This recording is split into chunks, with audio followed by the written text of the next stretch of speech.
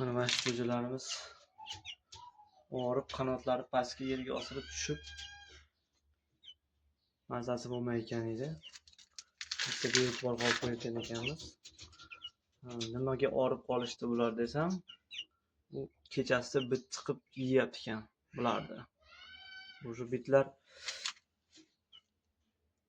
bularni immunitetini tushirib kasal qilib tashlaydi, yeb tashlashgan ekan. Mana shu katagimizni 3 kundan beri zaharlayapman. Jo'jalar yo'qlik paytida. Mana shu o'lgan hammasi bit qorayib turganlar.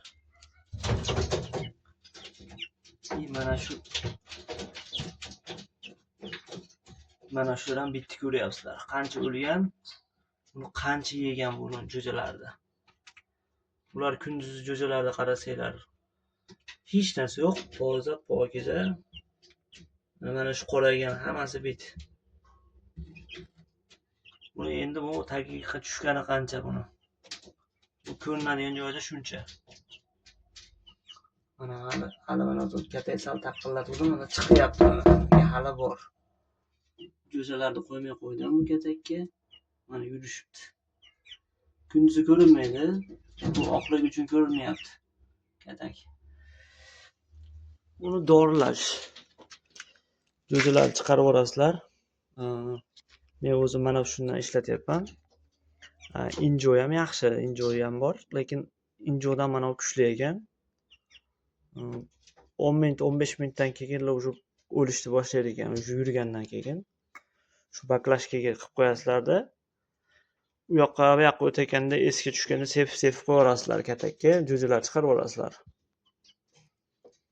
Keyin tugadi deb o'ylamanglar. Shu urgan sari mana hozir hech narsa yo'q.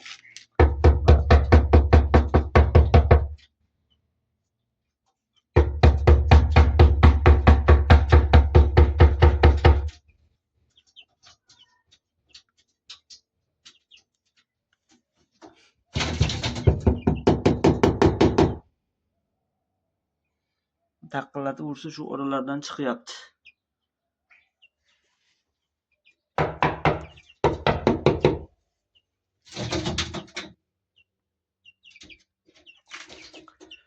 Shuna qilib 4-5 marta har kuni sepib yuborasizlar, 3-4 kun shu taqillatib urib, shu bilan tugab ketadi.